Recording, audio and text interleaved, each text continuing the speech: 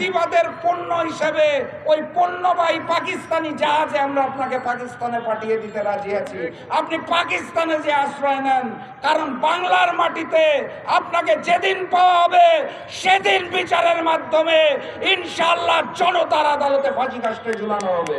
শেখ হাসিনাকে বলতে চাই, আপনি বরং পাকিস্তানে আবেদন করেন, আপনার নিরাপত্তা টাকা দিবে নাকি। পাকিস্তানে যে আশ্রয় নেওয়ার চেষ্টা করুন, দুনিয়ার কোনো দেশ আপনাকে নিতে রাজি নয়। আপনার পিতা যখন বিপদে পড়েছিলেন মুজিবুর রহমান, তখন আশ্রয় নিয়েছিলেন পাকিস্তানে। সেই পাকিস্তান তাকে হত্যা করে নাই, বাংলার মাটিতে বসে ওই পাকিস্তানের কাছ থেকে প্রতি মাসে ভাতা নিয়েছিলেন। ইতিহাস ছেড়ে দেখুন। শেখ হাসিনাকে বলতে চাই, আপনি বরং পাকিস্তানে আবেদন করেন, আপনার নিরাপত্তা টাকা দিবে নাকি। পাকিস্তানে যে আশ্রয় নেওয়ার চেষ্টা করুন, দুনিয়ার কোনো দেশ আপনাকে নিতে রাজি নয়। পাকিস্তানের পণ্যবাহী জাহাজ বাংলাদেশে এসেছে। আপনার যদি বেশি কষ্ট হয়, তাহলে ফ্যাসিবাদের পণ্য হিসেবে ওই পণ্যবাহী পাকিস্তানি জাহাজে আমরা আপনাকে পাকিস্তানে পাঠিয়ে দিতে রাজি আছি। আপনি পাকিস্তানে যে আশ্রয় নেন, কারণ বাংলার মাটিতে আপনাকে যেদিন পাওয়া হবে সেদিন বিচারের মাধ্যমে ইনশাআল্লাহ জনতার আদালতে ফাঁসি কাস্টে ঝুলানো হবে।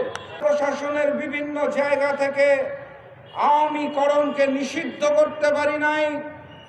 আওয়ামী প্রেতাত্মা যারা সচিবালয়ে এখনো বহাল তবিয়তে রয়েছেন, যারা প্রশাসনের বিভিন্ন জায়গায় বহাল তবিয়তে রয়েছেন, তাদের নামের তালিকা করতে পারি নাই, তাদেরকে অপসারণ করতে পারি নাই। তাহলে অত্যন্ত দুঃখের সাথে বলতে হবে, আপনারা মিথ্যাচার করছেন। একদিন দুই দিন নয়, 100 দিন পেরিয়ে গেছে। ফ্যাসিস্ট শেখ হাসিনা লেজ গুটিয়ে ভারতে পালিয়েছে, কিন্তু তার প্রেতাত্মারা বহাল তবিয়তে বাংলাদেশের প্রত্যেকটা জায়গায় রয়ে গেছে।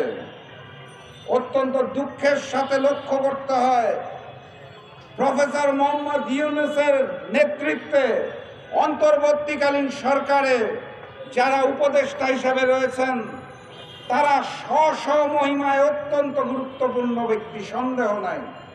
কিন্তু একই সাথে বলতে হবে, রাজনৈতিক অভিজ্ঞতা তাদের নাই, দেশ পরিচালনার অভিজ্ঞতা তারা নাই। তারা দিন দিন প্রতিদিন জিম্মি হয়ে যাচ্ছেন সচিবালয়ের ওই সচিবদের হাতে।